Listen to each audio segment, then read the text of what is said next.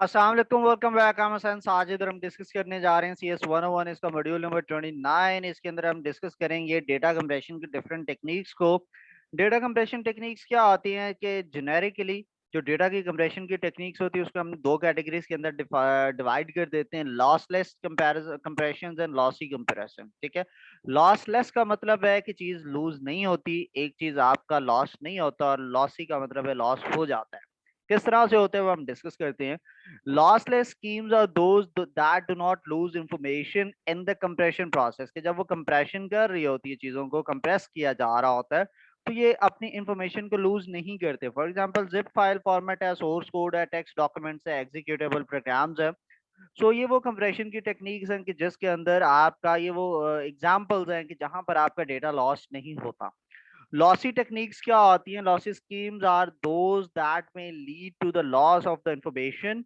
ठीक है, इसके अंदर इंफॉर्मेशन का लॉस होता है, and lossy techniques often provide more compression than lossless ones and are therefore popular in setting in which minor errors can be tolerated as in the case of image and audio। ये जो lossy schemes होती हैं इसके अंदर आपका छोटा मोटा जो इंफॉर्मेशन वो लॉस हो जाती है, और लॉसी लॉसी टेक्निक जो है ये ज्यादा कंप्रेशन प्रोवाइड करती है एज कम्पेयर टू लॉसलेस, इसलिए ये पॉपुलर हैं।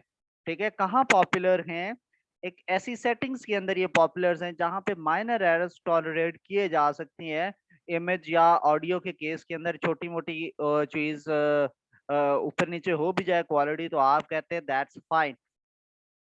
आप इमेज देखते हैं, आप वीडियो देखते हैं, आप देखते हैं कि जो एच डी इमेजेस होती हैं, ये एच डी आपके पास वीडियोस होती हैं, आप उसके पिक्सल्स में साइज कम कर लेते हैं, तो उसके बाद आप उसको एक्सेप्टेबल होता है कि थोड़ी सी चीज ब्लर होती है बट एक्सेप्टेबल है, तो ये लॉसी टेक्निक्स होती हैं इस तरह की। ठीक है, अगर आप नए हैं और आपने अभी तक मेरा यूट्यूब चैनल सब्सक्राइब नहीं किया, तो जल्दी से youtube.com पे जाइए और हुसैन साजिद सर्च कीजिए, हुसैन साजिद ऑफिशियल का चैनल सब्सक्राइब कीजिए।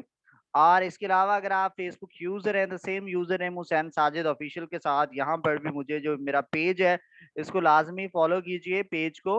और इसके अलावा जो है आप नेक्स्ट मेरा इंस्टाग्राम अकाउंट है हुसैन साजिद ऑफिशियल के नाम से, इसको भी लाजमी फॉलो कीजिए। कंप्यूटर साइंस से रिलेटेड और बहुत सी मजे की चीजें आपको यहाँ पे देखने को मिलती रहती हैं। Going back towards a topic, तो हम डिस्कस कर रहे थे टेक्निक्स के बारे में। तो और ये जो लेक्चर है ये मैं आपके हैंडआउट्स के वर्ड बाय वर्ड इसी को एक्सप्लेन कर रहा हूँ, मैं खुद से कुछ नहीं इसमें बता रहा हूँ।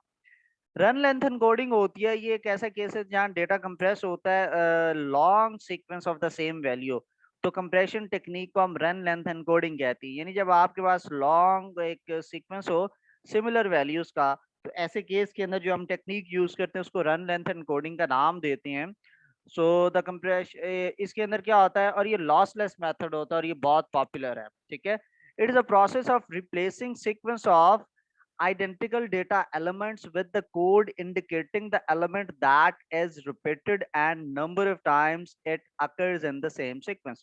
ठीक है, तो यानी कि ये प्रोसेस क्या है कि ये सीक्वेंशियल जो आइडेंटिकल जो सिमिलर डेटा होता है वो जब रिपीट हो रहा होता है, वो ये इंडिकेट कर रहा होता है कि डेटा बार बार रिपीट है और बहुत ज्यादा नंबर ऑफ टाइम्स ये एक सीक्वेंस के अंदर ही आ रहा है। तो ऐसे केस के अंदर आप क्या करते हैं कि आप रन लेंथ एनकोडिंग को यूज करते हैं। ठीक है, फॉर एग्जाम्पल आपके पास है कि एक less space is required to indicate the bit pattern consist of 253 ones followed by 118 zeros followed by 87 ones. Actually ये टोटल कितने बिट्स हैं? 458, लेकिन आप थोड़ी सी जगह पर आप इसको बता सकते हैं। यानी कि आप कहें कि सपोज इस तरह से लिखा हो, मैं आपको एग्जांपल देता हूँ, मैं ये टेक्स्ट एडिट ओपन कर लूँ और आपको ये एग्जांपल मैं इसकी ज़्यादा अच्छे से अभी एक्सप्लेन करता हूँ। ये फॉर एग्जांपल आपके पास इस तरह का सिनेरियो है कि जिसके अंदर आपके पास इस तरह से चीज़ लिखी हुई है ऐसे। ठीक है, मैं इसका साइज बड़ा कर लेता हूँ ताकि आपको ज़्यादा अच्छे से समझ आए। इस तरह से चीज़ लिखी हुई है। अब आप क्या कहेंगे कि ये तो इतने वन है, अब इसको आप काउंट करेंगे, 1 2 3 4 5 6 7 8 9। तो आप कहें जी जो वन है वो 9 है, और जो जीरोस हैं वो कितनी है उसको भी काउंट करते हैं, 1 2 3 4 5 6 7 8 9 10 11। और जो ये है वो 11 है, इस तरह से। ठीक है, तो आपके पास 11 वंस है और 9 वंस और 11 जीरोस हैं, यानी आप कहेंगे 9 ones followed by 11 ones, 11 zeros. तो अब आपने थोड़ी सी जगह पे इस सारे बिट पैटर्न को लिख दिया इस तरह से, जो यहाँ पे बताया गया इतना लॉन्ग बिट पैटर्न हो तो आप इस तरह से उसको शॉर्ट कोड्स के अंदर उसको एक्सप्लेन कर सकते हैं। ठीक है, फिर नेक्स्ट आता है frequency dependent encoding. Frequency dependent encoding के अंदर क्या होता है, ये भी लॉसलेस कंप्रेशन टेक्निक है। फ्रीक्वेंसी डिपेंडेंट एनकोडिंग ये एक सिस्टम है जिसके अंदर length of a bit pattern used to represent data item is inversely proportional to the frequency of the item use. यानी वो आइटम का जो लेंथ है, वो जो उसको रिप्रेजेंट कर रही है डेटा आइटम को, वो इनवर्सली प्रोपोर्शनल होती है कि वो कितनी तादाद में चीज को आप उस आइटम को यूज कर रहे हैं। Such codes are examples of variable length codes, meaning that कि items are represented by patterns of different length, कि item को आप different length के patterns के साथ represent करते हैं। ठीक है, डेविड हफमैन जो था, he created उसको क्रेडिट किया जाता है विद डिस्कवरिंग एन एल्गोरिदम, और जिसको कि आप फ्रीक्वेंसी डिपेंडेंट कोड्स के डेवलप करने में आप उसका एल्गोरिदम यूज करते हैं। And it is common practice to refer to the codes developed in this manner as Huffman codes, के जो हफमैन कोड्स हैं उनके जो प्रैक्टिस जो उसको डेवलप, उसके जो कोड्स है उसको यूज करना है कॉमन प्रैक्टिस के तौर पे लिया जाता है। तो ये आपका एक एमसीक्यूज भी बनता है कि हफमैन कोड्स जो है वो आप किस मैनर में आप उसको यूज करते हैं। ठीक है, सो फ्रीक्वेंसी डिपेंडेंट कोड्स जो होते हैं वो आजकल हफ मैन कोड्स को यूज कर रहे होते हैं।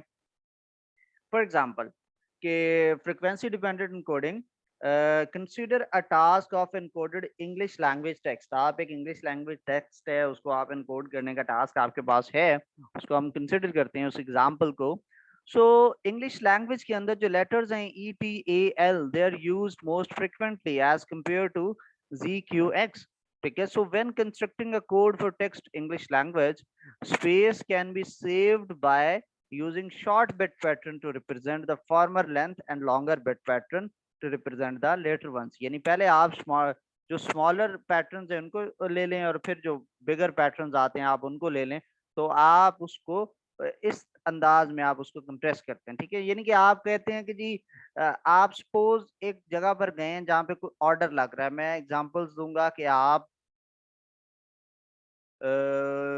आइसक्रीम वाले के पास गए हैं। ठीक है, आइसक्रीम वाला जो है वो, एक बंदा उसे 5 आइसक्रीम्स लेने आया है, एक 10 है, वो उसने कोन्स बना कर देनी है सारी fresh.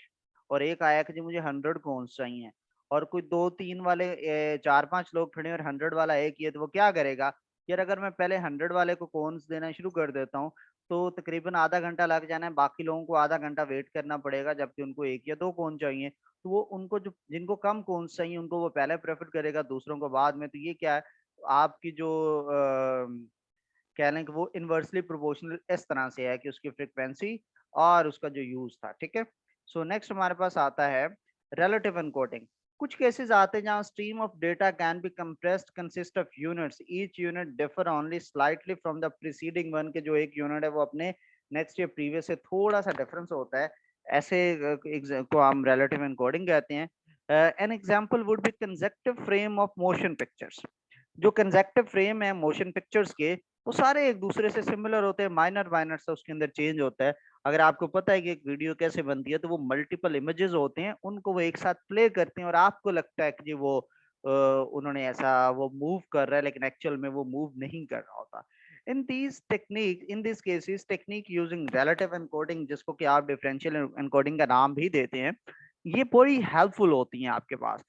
These techniques record difference between consecutive data units rather than entire units. This is that is each unit is encoded in term of its relationship to the previous unit। ठीक है, हर unit जो वो अपने previous के साथ relation के हिसाब से आप उसको अरेंजमेंट्स करते हैं। ठीक है, relative encoding can be implemented in either lossy or lossless technique form, depending on whether the difference between consecutive units are encoded precisely or approximately। ठीक है, अगर तो वो बड़ा precisely है तो फिर आप उसको lossless करेंगे, और अगर वो अप्रोक्सीमेशन आप उसमें कर रहे होते हैं, मसलन आप राउंड ऑफ करते हैं तो उसमें आप डिजिट्स को स्किप भी तो कर देते हैं, मतलब छोटा सा एरर आप एक्सेप्ट कर सकते हैं, तो ये जो होती है ये लॉसी टेक्निक्स होती हैं, जिसके अंदर आप प्रिसाइज वैल्यू देखना चाहते हैं, मतलब 2.13 और 2.14 आपके लिए दो अलग वैल्यूज हैं और आप इनको सेम नहीं कह सकते। बड़ा आप प्रिसाइज होके चल रहे हैं, तो ये आप लॉसलेस टेक्निक के अंदर जाएंगे। फिर आता है dictionary encoding. It refers to the collection of the building blocks from which the message being compressed is constructed, and the message itself is encoded as a sequence of reference to the dictionary। यानी ये collection building blocks होते हैं जिसके अंदर जो message है आप उसको कंप्रेस करते हैं, और वो जो मैसेज है आप उसको एक सीक्वेंस ऑफ रेफरेंसेस के तौर पर आप उसको जो है वो बिल्ड करते हैं। ठीक है, we normally think of dictionary encoding system as a lossless system, कि जो डिक्शनरी एनकोडिंग सिस्टम है इसको आप लॉसलेस सिस्टम कंसिडर कर सकते हैं, but we will see in our discussion of image compression that there are times when entire in the dictionary are entries in the dictionary are the only approximations of the correct data elements, the resulting in the lossy compression system। ठीक है, यानी कि normally क्या होता है कि हम सोचते हैं कि जो डिक्शनरी सिस्टम के बारे में, तो आप इसको देखते हैं कि ये जो डिक्शनरी एनकोडिंग सिस्टम है ये लॉसलेस सिस्टम है, लेकिन हम आगे जाके डिस्कस करेंगे कि कुछ जो एंट्रीज होती हैं वो अप्रोक्सीमेशन के बेस पर आप कर रहे होते हैं, जहाँ पे अप्रोक्सीमेटली काम कर रहे हैं वो तो लॉसी डेटा है। ठीक है, सो वो उससे आपका ये जो मतलब आप बनाते तो इसको लॉसलेस कंप्रेशन है, बट इन सम केसेस ये हमारे पास लॉसी कंप्रेशन बन जाते हैं। डिक्शनरी एनकोडिंग कैन बी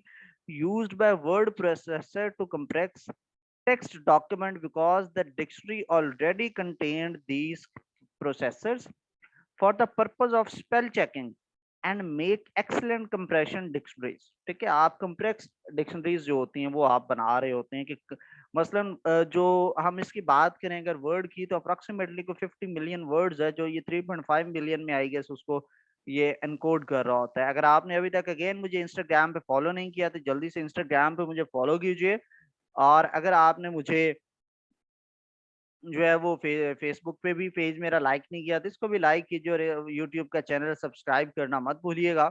सो ये हम डिस्कस कर रहे थे डिक्शनरी एनकोडिंग को। So particularly entire word can be encoded as a single reference to this dictionary rather than the sequence of individual character। यानी आपने कहीं पर चीज करना है तो आपकी एक डिक्शनरी बनी हुई है, एक वर्ड आया है जो कि वहां पर आपने डिक्शनरी के अंदर आपने 50 वर्ड्स हैं तो आपने उनको जो है वो 50 का जो है वो क्या कहते हैं 50 वर्ड्स हैं तो आपने उनको 50 नंबरिंग दे दी है, 1 2 3 4। तो कहीं पे भी वो पूरा वर्ड आता है तो आप जस्ट उसका रेफरेंस देते हैं कि 13 नंबर वर्ड है, ये 15 नंबर है, ये 18 नंबर वर्ड है, और उस वर्ड के अंदर चाहे 10 12 करेक्टर्स हों। ठीक है, so typical dictionary in a word processor contain 25,000 entries, which means that individual entry can be identified by an integer of 0 to 24,999। So this means that a particular entry in the dictionary can be identified by the patterns of only 15 bits। ठीक है, आप only 15 bit के pattern से आप उसको identify कर सकते हैं। In contrast, if word being referenced consist of 6 letters, its character by character would be require of 48 bits using UTF-8। अगर आप UTF-8 का कंप्रेसिंग मेथड को फॉलो करते हैं, ये हम स्टार्ट में इन मेथड्स को डिस्कस कर चुके हैं स्टार्ट के मॉड्यूल्स के अंदर, तो आपको 48 बिट का एक पैटर्न है तो आप जस्ट उसको 6 लेटर्स के साथ एक्सप्रेस कर सकते हैं। ठीक है, तो ये हमें बेनिफिट होते हैं।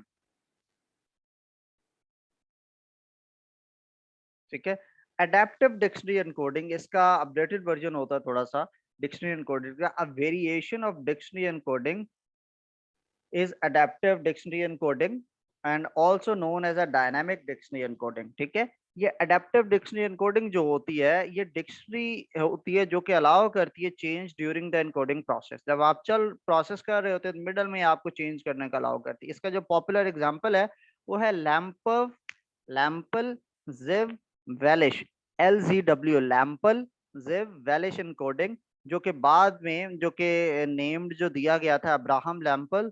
ये तीन इसके जो थे क्रिएटर्स, उन्होंने इस मेथड को बनाया तो उनके नाम से, यानी अब्राहम लैम्पल, जेकब जेव एंड टेरेश वेलिश, उनके नाम से बन गई जी लैम्पल जेव वेलिश। to encode message using LZW, one starts with dictionary containing the basic building blocks from which a message is constructed, but as a larger units are found in the message they are added to the dictionary। जब larger units आपको मिलते हैं तो वो dictionary में add हो जाते हैं, meaning that the future occurrence of those units can be encoded as a single rather than multiple और रेफरेंस डिक्शनरी रेफरेंसेस। यानी आपके पास क्या होता है कि जो लैम्पल जेव के अंदर अगर आपने वैलिश के अंदर अपना मैसेज हो तो आपको क्या करना है, डिक्शनरी लेनी पड़ेगी जिसके अंदर बेसिक बिल्डिंग ब्लॉक्स होंगे और जहां पर मैसेज ऑलरेडी कंस्ट्रक्टेड किया गया, आपने जस्ट उन वर्ड्स का नंबरिंग बताया जाना है, आपने वो वर्ड बोलने नहीं है या टाइप नहीं करने। जबकि जो मैसेज के अंदर लार्जर यूनिट्स होते हैं तो वो डिक्शनरी में ऐड कर दी जाती है, meaning that future occurrence of those units can be encoded as a single। यानी अब आप देखते हैं कि जी आपके पास एक ऐसा वर्ड है जो उसके अंदर के 10 करेक्टर्स हैं, तो आप नेक्स्ट टाइम वो 10 करेक्टर्स के बजाय आप उसको नंबर दे देंगे 7, तो आप नेक्स्ट टाइम 7 लिखेंगे। 7 का मतलब क्या होगा कि डिक्शनरी में इसके अगेंस्ट ये 10 करेक्टर्स हैं, तो इनको यूज करो। For example, when encoding English text, one could start with dictionary containing individual character, digits, and punctuation marks. But as words in the message are identified, they could be added to the dictionary। ठीक है, यानी पहले एक built in words होते हैं, फिर आप नए वर्ड्स बीच में डेवलप करते हैं तो आप वो भी एडमिन डिक्शनरी में ऐड कर सकते हैं, जैसा आप माइक्रोसॉफ्ट वर्ड के अंदर करते हैं। The dictionary would grow as a message. Dictionary आप मैसेज के तौर पर उसको ग्रो कर सकते हैं, मैसेज जैसे इनकोड कर रहे होते हैं। So dictionary grows more words in the message could be encoded in the single reference to the dictionary, कि आप डिक्शनरी के अंदर सिंगल रेफरेंस के साथ एक से ज्यादा वर्ड्स को स्टोर यानी ज्यादा से ज्यादा वर्ड्स यूज कर सकते हैं। Result of the message encoding in term जो है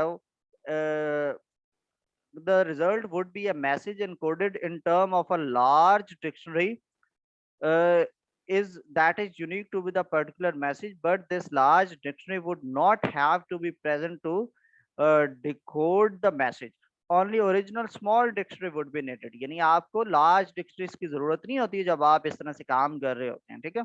So indeed the decoding process could begin with the same small dictionary with which the encoding process started। So हमें किसकी जरूरत होती है कि जो डिकोडिंग प्रोसेस होता है वो सेम स्मॉल डिक्शनरी के साथ ही आप उससे वापस ओरिजिनल डिक्शनरी बना सकते हैं बड़े लेवल की। So as a decoding process continues, it encounters the same it would encounter the same unit found during the encoding process। वो जिस तरह से इनकोडिंग में होता है वैसे ही डिकोडिंग के अंदर वो सेम चीज आप वापस रिवर्स कर सकते हैं, ठीक है। सो दस this will be able to add them to the dictionary for the future reference just in the single encoding process। अब ये example है to clarify the consider, let's apply Lampel Zev Walish encoding to the message. ये है X Y X space X Y X space X Y X space X Y X, तो ये एक जैसा है।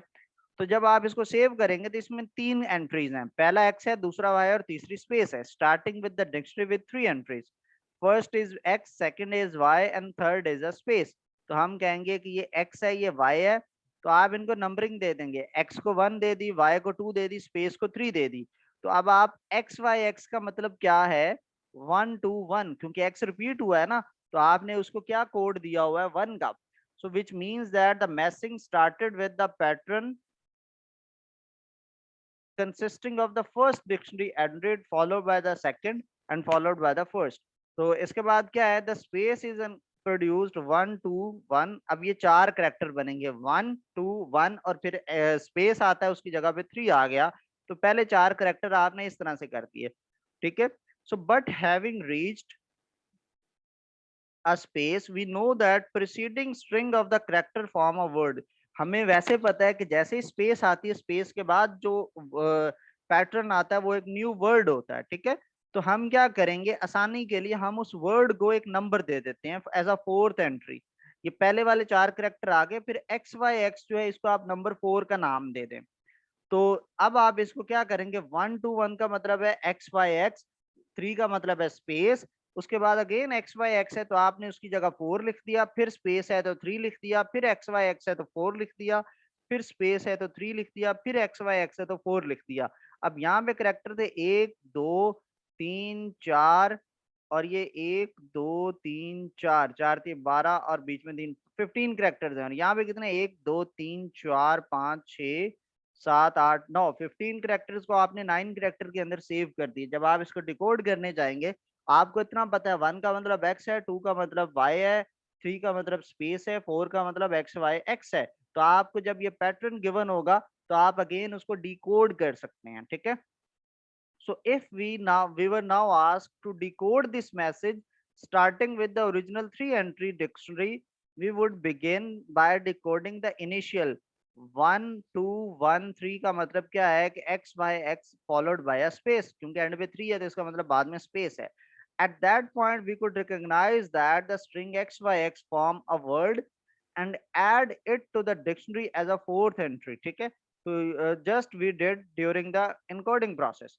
So now we would then continue decoding message by initializing the 4 in the message, refer to the new fourth entry and decode it as a xyx।